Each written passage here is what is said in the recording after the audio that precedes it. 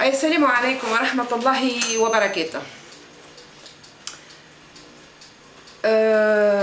اللي جرى في جبل شعبي من إرهاب، وولادنا ماتت، واللي تقصت ساقيه، واللي تعورت عينيه،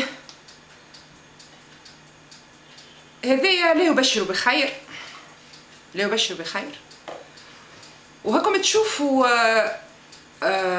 الوزير الأول علي العريض دمية بين يد الخريجي كيفاش يعني علق امام مجلس النواب وقال لك الارهاب ماهوش جديد على تونس، موجود من قبل 14 جانفي. الارهاب يا سي علي العريض زاد بحلول الخريجي في تونس، وبخروج السلفيين من تحت القاعه، وبتسليح السلفيين.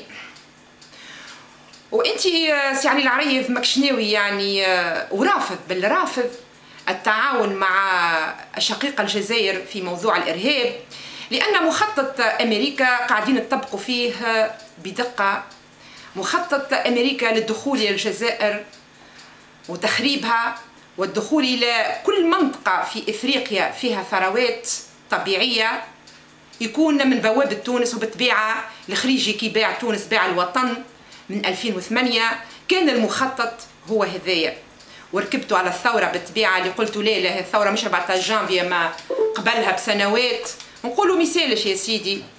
لكن فما حاجه سي علي العريض انت نسيتها والخريجي نتاعك نساها، ان الاداره التونسيه اللي في 14 جانفي واصلت العمل وهزت البلاد هذيا واللي هي عمرها 50 سنه او اكثر، الاداره التونسيه اللي الخريجي قاعد يخرب فيها واللي نتوما تحطوا فيها في عناصر يعني غير كفءة، وزراء وكتاب دولة وقاعدين يعني الإدارة تخرجوا منها في الكفاءات. الإدارة التونسية عصية عليكم إن شاء الله، والموظفين التوانسة الكل نتوجه لهم في الخطاب هذايا. أراه الخريجي وعصابته الدموية وحكومته متاع العريض الصامتة يحبوا الإرهاب يقعد في تونس باش ما يتحددش موعد للانتخابات، وهكاكا زيدوا يتمترسوا في الإدارة وفي مؤسسات الدولة. أنا أقول لكم يا موظفين يا توانسة يلي شهريتكم مزمرة، يلي تقعدوا تخدموا نهار كامل وأولادكم ما تشوفوهمش وملوحين في المحاضن، يلي منكم شكون تظلم قبل 14 جانفي وبعد 14 جانفي، انتوما اللي باش تعملوا العصيان المدني على الخريجي وعصابة الخريجي الدموية اللي تحب الإرهاب وتحب أولادنا من الجيش ومن الأمن يموتوا هكاكا في سبيل إرهابيين. فما شكون يشجع فيهم الداخل والخارج باش يبثوا الإرهاب في تونس وما تصيرش انتخابات، لأن في الفوضى ما تصيرش انتخابات.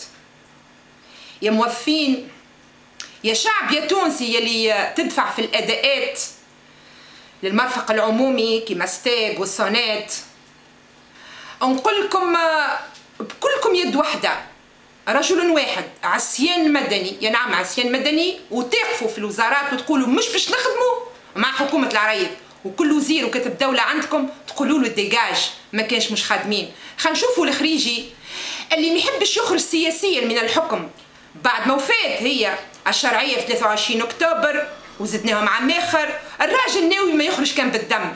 لا نحن ما نحبوش الخروج بالدم، خاطر كان نحبوا نعملوه راهو صار من قبل. الشعب التونسي شعب مسالم، نخرجوكم سياسيا ونكسروكم سياسيا. كل حر من أحرار تونس موظف الإدارة التونسية يلزم يعلن العصيان المدني، يا نعم يعلن العصيان المدني ويقول ما نخدمش ومشني خادم. شنو مش عارف قداش ما عندنا من موظف بربي في الدولة التونسية؟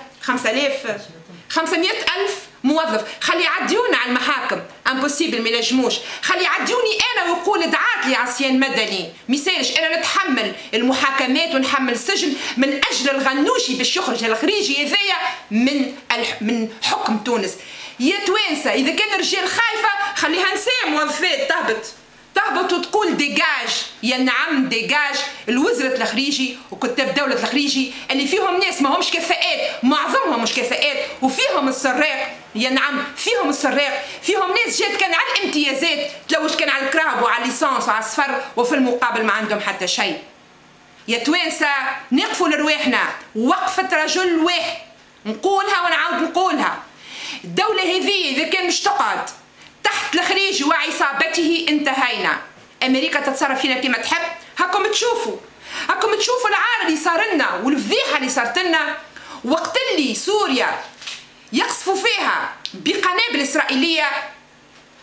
اسلاميين هاي اللحيه طولها وهاو القميص من هابط يكبروا في سوريا، وما سمعناش تنديد لهنا في تونس. كان بعد حشموا شويه.